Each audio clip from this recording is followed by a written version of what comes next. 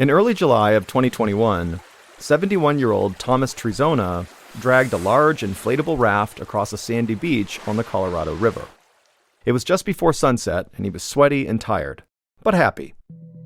It was the last day of a 2-week whitewater rafting trip in the Grand Canyon, and even though he desperately needed a hot shower, Thomas felt invigorated and youthful.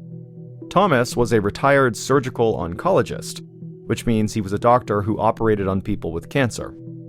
He loved being a doctor and had always been a total workaholic.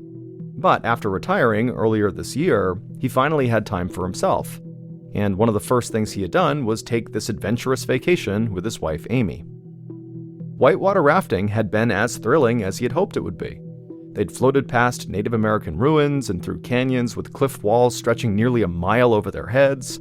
They had seen eagles, condors, and bighorn sheep. Now, on the last night of the trip, Thomas and Amy secured the raft and joined the rest of their tour group around the campfire. Thomas's stomach growled as he watched their guide grill another delicious meal for them. Thomas looked forward to dinner and then one more night of stories around the fire. Tomorrow, it would be time to return home to Springfield, Oregon. But for now, Thomas just gazed up at the setting sun, knowing he'd cherish these memories forever. On July 16th, so a few days after returning home to Oregon, Thomas sat at his dining room table feeling bloated and nauseous. His wife, Amy, had prepared a beautiful dinner, but Thomas only pushed the food around on his plate. He told Amy that his upper abdomen really hurt. He'd started to feel sick shortly after getting home from their rafting trip, and he was now starting to lose weight. And this morning, it seemed like the pain had gotten even worse. It was now coming on in these big waves. Amy suggested that maybe he ate or drank something weird on their trip. Maybe he contracted a parasite. Thomas said he only drank the filtered water, and he didn't have diarrhea, which was a common symptom of parasite infections. And anyways, if he had picked up something on the trip, then Amy would probably have it too. But when he looked at Amy and asked her how she was feeling, she just kind of shook her head and said she didn't feel sick at all. Thomas knew that his wife was probably right, and his pains were no big deal. But as a retired doctor, Thomas couldn't resist diagnosing himself. Just in case it did turn out to be something serious that required him to see his physician, Thomas began keeping a detailed journal to record all of his symptoms. He thought that this journal would help him understand what was causing his pain. Thomas had seen some heart-wrenching cases in his long career as a cancer surgeon, and as he tracked his symptoms over the next few days, he started to get nervous. He wanted to stay open-minded about what was causing his symptoms, but he couldn't help gravitating toward the dreaded disease he knew so well: cancer. Thomas reminded Amy that his mother had died of pancreatic cancer when she was only 74. In his experience, a previously healthy 71-year-old man with persistent abdominal pain and unexplained weight loss could only mean one thing. Until he was proven wrong, Thomas was certain he had cancer too. Thomas picked up his cell phone and called his close friend, Jonathan Gonen. Dr. Gonen was a gastroenterologist, a doctor who specialized in the stomach and intestinal tract. Thomas told his friend that he wanted a CT scan to figure out if he had a tumor in his abdomen. But unfortunately, the earliest appointment Dr. Gonen could get for Thomas was a few weeks away in August. Thomas hung up the phone feeling disappointed. There was nothing he could do except wait. A week later, Thomas stood in front of the bathroom mirror squeezing toothpaste onto his brush. And then he looked up and felt totally alarmed by his reflection. He was pale and gaunt. His weight was now down about 15 pounds since he'd returned from that rafting trip. And now he could barely stand from the fatigue he felt, let alone brush his teeth. Just then, a bout of nausea swept over Thomas, and he rushed to the toilet. He dropped to his knees, preparing to vomit, but nothing came out. All of a sudden, he felt these severe spasms in his stomach as he fell over sideways onto the floor. The tiles were freezing cold against his cheek as he lay there shivering in just his boxers. Then he called out to his wife and said he needed to go to the emergency room right now.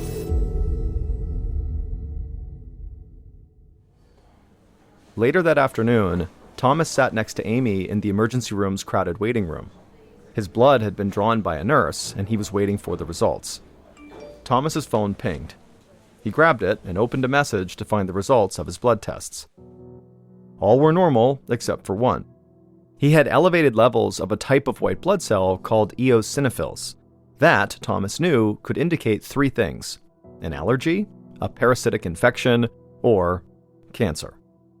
Thomas had already decided that he didn't have a parasitic infection, and he didn't think he had an allergy either.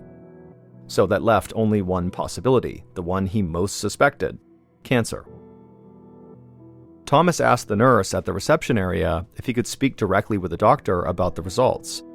She told him that they had a long list of patients that day with serious problems that required immediate attention. Thomas could wait if he wanted, but it would likely be 4 or 5 hours until a doctor could see him. Thomas considered his options.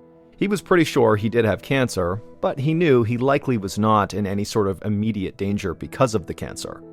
And no matter what a doctor would say to him that day, if he waited around to speak to one, it would still take way more testing to determine if he really had cancer or not. So Thomas stood up and told Amy they would just leave. He would deal with his cancer tomorrow.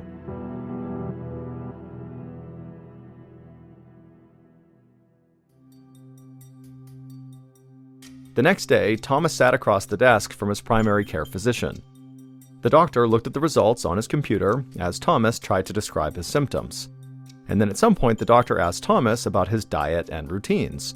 And then after hearing what Thomas had to say, the doctor glanced up from the screen and told Thomas that, you know what, this is probably a dietary issue. And then he suggested Thomas try a grain-free diet. Thomas was stunned. He wanted to be screened for cancer. And now his primary physician was telling Thomas, a cancer specialist, to just try a grain-free diet? It seemed kind of asinine. And so Thomas just stood up and curtly thanked the doctor, and then took back the test results and left the building. 4 days later, Thomas was sitting at his dining room table with his laptop open in front of him when he got the best news he had received in a very long time. The results of the CT scan he'd finally been allowed to take had just come back. And the results were normal. He did not have cancer. Thomas felt an enormous wave of relief, but now he was more puzzled than ever. The pain in his abdomen had not gone away. He had barely eaten in the past 4 days, and he had now lost 22 pounds since he had returned from that rafting trip. And so Thomas was back to trying to figure out what was going on with him himself. And so while sitting at the dining room table, he began scanning through his journal with all of his symptoms he had recorded, while also going on his computer and looking up possible obscure disorders that might fit his symptoms. And as he clicked through these medical sites, he turned his attention to a chronic digestive disease in which white blood cells build up inside of the intestines, causing pain and bowel obstruction. Thomas knew that the condition, called eosinophilic gastroenteritis, was rare, but he was running out of ideas. He was growing desperate to know what was going on with him. He was in agony, both physically and mentally. And even though he was a doctor, he was completely stumped, and this made him feel so helpless. So eventually, Thomas just picked up his phone and called his friend, Dr. Gonen, to see if maybe he could help him again. A week later, Dr. Gonen paced inside of his office. He had just arranged to have Thomas have a tiny camera inserted down into his throat to look around inside of him to see if maybe he had a bowel obstruction. But like all of the other tests Thomas had undergone, this one too came back with normal results. Dr. Gonen was bewildered by his friend's case. He decided to order one more test to get a better look at Thomas's small intestine. The images on this specialized MRI would be much sharper than the CT scan, which would allow doctors to see very small problem spots. Dr. Gonen hoped the added clarity and details of the imaging would finally reveal what was wrong with his friend. The day after the MRI, Thomas went to the radiologist's office to discuss the results. Looking over the images, Thomas was surprised to see a tiny abnormality in his upper left abdomen. This abnormality was about 1 inch long and very, very thin. The radiologist told Thomas that the shiny spot looked more fuzzy on the earlier CT scan, and he thought it was just a buildup of plaque on Thomas's artery wall, which is a common sign of aging. But with the specialized MRI, it made it clear to the radiologist that he'd been wrong. Something strange was going on inside of Thomas's stomach. Then the radiologist had an idea. He was curious to see if this weird spot was stationary or moving around inside of Thomas, and so he offered to do another CT scan right then to find out. Thomas agreed, and they performed the scan immediately. And sure enough, it showed that the weird spot had moved in just a few weeks between one CT scan and the next. But before the two men could decide what to do about this weird moving skinny spot inside of Thomas's stomach, the radiologist noticed something else that required immediate attention. It might explain Thomas's chronic pain too. Thomas leaned in and saw on the image that there was another small spot. The doctor told Thomas that it was a gallstone, a hard mass that was growing in his gallbladder. Thomas and the radiologist stared at each other.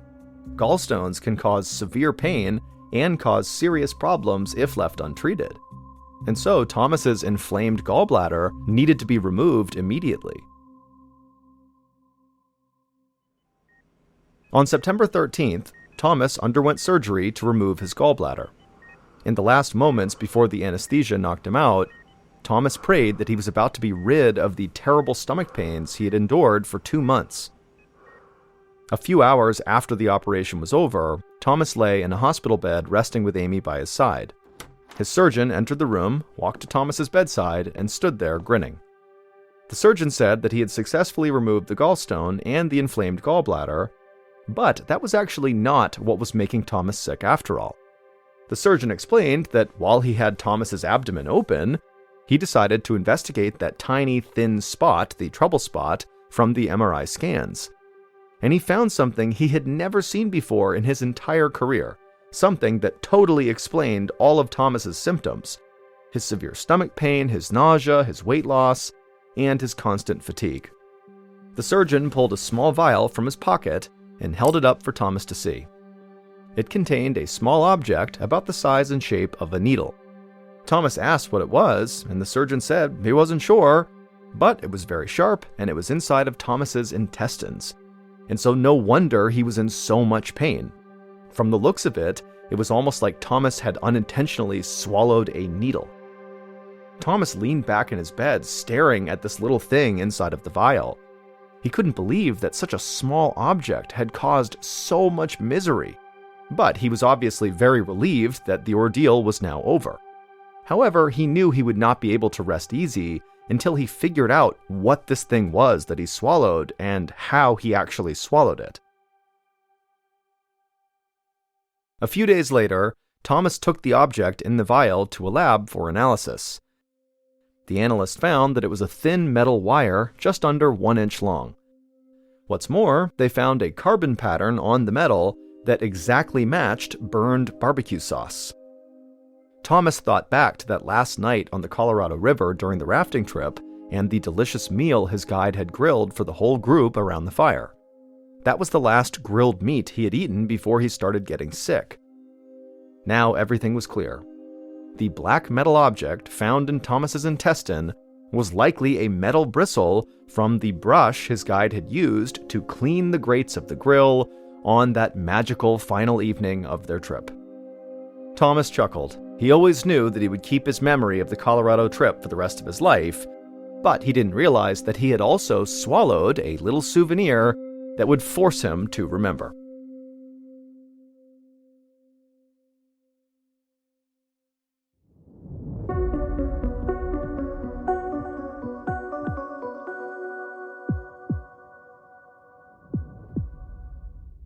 Here is our second story called Into the Woods.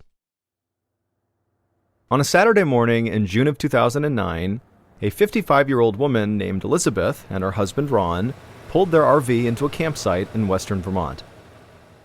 Elizabeth loved camping and took every chance she could to head for the wild, leaving behind her comfortable suburban life in Connecticut. But as she had gotten older, she had begun to enjoy the comfort of an RV. It was much nicer to sleep in a warm bed at night and not have to deal with the hassle of setting up a tent and then sleeping on the ground. The RV lifestyle was just so simple and so easy. Today, all the couple had to do was park their RV at the campsite, then put on some sunscreen, and then head out for their hike. And so, that's what they did. The dense Vermont forest they were in was beautiful, But Elizabeth had to admit that the conditions today were kind of miserable. The whole area was buzzing with these black flies that were swarming all over Elizabeth's legs and neck, and of course, Elizabeth had forgotten any bug spray. By the time she and Ron had got back to camp, every exposed part of her body was covered in bites, and over the next few hours, those bites turned into welts. Usually, whenever they went camping, Elizabeth and Ron really enjoyed lighting a campfire up at night and sitting out under the stars. But that evening, the black flies were so bad that they just stayed in the camper and played cards. Elizabeth and Ron were in good spirits, though. They'd camped in less than ideal conditions before, from freezing cold to pouring rain, and so they weren't about to let a few bug bites ruin their trip. But by the time Elizabeth changed for bed that night, her arms and legs were an unsightly mess. They didn't hurt, but all the red, swollen welts looked terrible. So she took a few ibuprofen to help with the swelling, and then she climbed into bed. The following day, Elizabeth and Ron got up and packed their bags and they headed home. And even though they had not enjoyed the black flies, they had had an overall nice time and felt energized from their weekend in the fresh mountain air. But for the rest of the week that they were home, Elizabeth battled this terrible on-again, off-again headache, and the welts from all those black fly bites were not going away. Elizabeth spent the following weekend at her niece's house in Long Island, New York. She was excited to catch up and spend some quality time with her family. But the whole time she was there, Elizabeth felt groggy, like she needed a strong cup of coffee. And then when she left and began driving back home, her headache came back full force to the point where it was just this constant, horrible throbbing pain against her temples. When she finally got home, she immediately took some ibuprofen to help with her headache, and then she drank as much water as her stomach would allow. She knew that black fly bites were not toxic, but her body seemed to be taking longer than usual to recover from them. That night, Elizabeth went to sleep early, hoping she'd wake up feeling better. But she didn't. She woke up in a cold sweat, and her stomach churned and her head pounded. She knew right away that she had a fever. Her husband, Ron, grabbed a thermometer from the bathroom, and sure enough, when he took her temperature, it was 101 degrees Fahrenheit. At this point, Elizabeth was really starting to worry. She'd been sick now for more than a week, and she really didn't know how much longer this was going to last. And next weekend, she and Ron were hoping to go camping again in Vermont. They were going to meet up with Elizabeth's cousin and her cousin's husband. Elizabeth was really looking forward to the trip, but she was worried that her sickness, whatever it was, would force them to cancel. All week, Elizabeth tried to take care of herself. She stayed in bed, drank a lot of water, and ate well to help her body overcome this sickness. And finally, the morning before they were supposed to leave for Vermont, her fever broke. Throughout the day, she got better, and by that evening, she felt well enough to go camping. She was thrilled. For the first time in a week, Elizabeth got a good night's sleep, and the next morning, June 22nd, she and Ron loaded up the RV and headed back to Vermont. When Elizabeth and Ron arrived at the Winhall Brook camping ground, it was absolutely downpouring, which made it difficult to find their campsite and hook up their RV, but luckily, Elizabeth's cousin was already there and could help them get set up. When Elizabeth's cousin made a joke about the great weather they were having, Elizabeth thought about her last camping trip in Vermont and decided that she actually preferred this monsoon over swarms of black flies. Elizabeth invited her cousin and her cousin's husband into their RV, planning to cook some dinner while they waited for the rain to subside. But several hours later, the rain still had not let up, and so Elizabeth's cousin and her husband ran back to their own RV, and Elizabeth and Ron, they climbed into bed and they went to sleep, hoping that when they got up, the weather would clear and they could actually go outside and enjoy the outdoors. But the next morning, when Elizabeth woke up, the rain was not remotely on her mind. Instead, she had this blinding headache, and she also knew immediately that her fever was back. Her skin was itching and her eyes felt red. Her mouth felt gritty, almost like it was covered in little bumps. Elizabeth was annoyed, knowing she was likely going to be sick all day and could not participate in anything they were going to do. Elizabeth rubbed her eyes and slowly made her way to the bathroom to brush her teeth. She debated whether she should just ask Ron to take her home, or if she could tough it out in the RV so he could at least still enjoy the vacation. Once in the bathroom, Elizabeth spit out the toothpaste into the sink, and she noticed her spit was bright pink. And when she rinsed her mouth, she tasted blood. She opened her mouth and stuck her tongue out, and her eyes widened as she realized the bumps that she had felt inside of her mouth were these black blood blisters all along her tongue and on the inside of her cheek. Elizabeth started to feel panic rising in her chest, and so she hurried out of the bathroom and over to her cousin's RV. Luckily, her cousin's husband was actually a doctor, and so he had Elizabeth stand in their kitchenette while he looked around the inside of her mouth with a flashlight. And after a minute, he turned off the light and just shook his head. He said he had never seen a condition like this before, and he urged her to go to the hospital. Within minutes, the RV was packed up and Ron was sitting behind the wheel. Elizabeth needed to use the bathroom before they headed off, but when she urinated, it burned. Now Elizabeth was truly worried. These were not flu symptoms. Elizabeth made her way to the passenger seat up front, sitting beside Ron. By this time, her headache was back and worse than ever. She popped an ibuprofen as they pulled out of the campground, but nothing took the edge off the pain in her head or the itching that had developed all over her body. It took 2 hours of driving down winding country roads to get to the nearest emergency room in Brattleboro, Vermont. To Elizabeth, every single time they hit a bump in the road, it made her nauseous with pain. By the time they arrived, Elizabeth was in pure agony. Ron parked the RV, then walked around to the passenger door to help Elizabeth get out. When she saw him, she smiled at him, but she could see his eyes were full of fear. It wasn't until she herself looked in the rearview mirror and saw her reflection that she understood why. Her face was so swollen that she almost didn't recognize herself.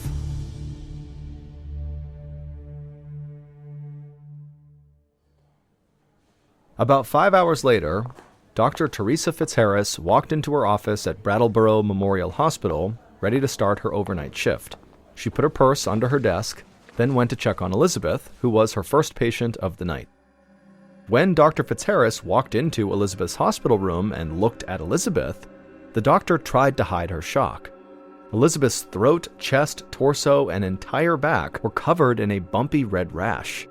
Dr. Fitzharris played it cool, but she'd never seen a rash this bad before. Elizabeth also had a fever of 101.6. Her heartbeat was also elevated, and her eyes were so swollen she could barely see out of them. Dr. Fitzharris sat down next to Elizabeth, and then Elizabeth began to recount the last 2 weeks of sickness and misery and all the symptoms she'd experienced since getting bit by all those black flies. Dr. Fitzharris pulled 2 rubber gloves out of a cardboard box in the storage cupboard. She put them on, then gently ran her hand down Elizabeth's arms and back. And as she did this, she frowned. She was confident that this was actually not the result of black fly bites. But Dr. Fitzharris couldn't think of any other condition that would cause a rash like this. And until she could figure it out, Elizabeth was very likely to continue to get worse.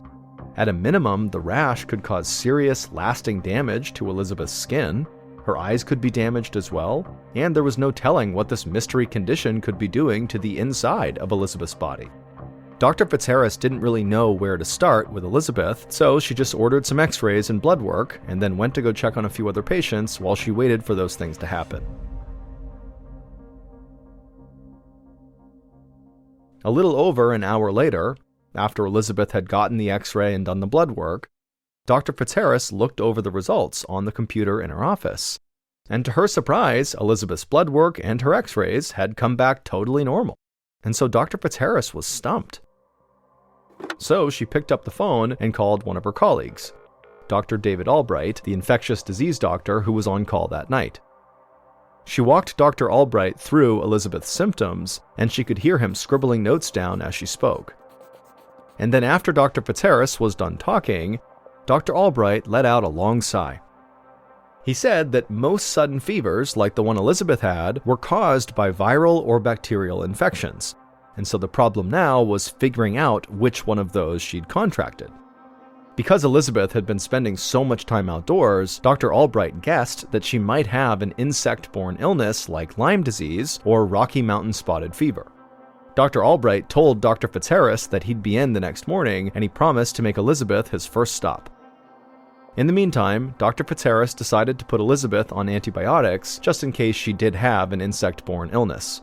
If left untreated, conditions like Lyme disease or ehrlichiosis can cause organ failure. The doctor just hoped that she hadn't acted too late.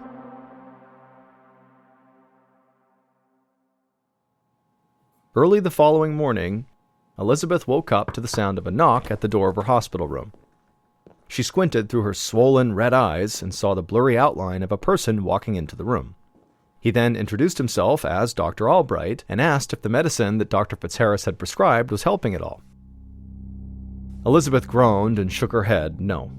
She told Dr. Albright that she could barely see and her rash was more painful than ever, to the point where even a tiny shift in bed was extremely painful. He promised he would do everything he could to help her, and then he said he was very sorry, but he needed Elizabeth right now to sit up straight so he could determine how much her rash had spread. And so Elizabeth tried not to scream as Dr. Albright helped her sit up. Even the slightest touch on her skin was agonizing. As Dr. Albright looked over Elizabeth's body, he could see that the rash had spread, and it did not look like the medicine had helped at all. That meant his suspicion that it might be something like Lyme disease was incorrect. But unfortunately, he didn't really have any idea what else could be making her sick. Elizabeth clenched her teeth as Dr. Albright helped her lie back down. She knew the doctors were doing their best, but the fact that basically nothing had worked so far was still extremely frustrating. She could barely open her eyes and her whole body felt like it was on fire.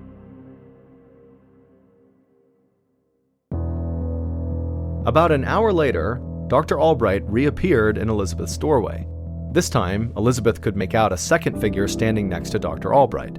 Dr. Albright explained that he'd brought a colleague with him who was a dermatologist, or a skin doctor, and his name was Dr. Jorge Crespo. Dr. Albright wanted Dr. Crespo to take a closer look at Elizabeth's rash. He hoped that if they could determine what kind of reaction this was, it might inform them what was actually making her sick. Elizabeth braced herself for pain as the doctors once again helped her sit up so Dr. Crespo could look at her. He spent a few moments examining Elizabeth's rash, checking her eyes and the inside of her mouth. Then Elizabeth saw him nod to Dr. Albright, as if to confirm a suspicion. He told Elizabeth that she had a rare but severe kind of allergic reaction called Stevens-Johnson syndrome. Dr. Crespo explained that she'd ingested something that triggered an incredibly violent response from her immune system.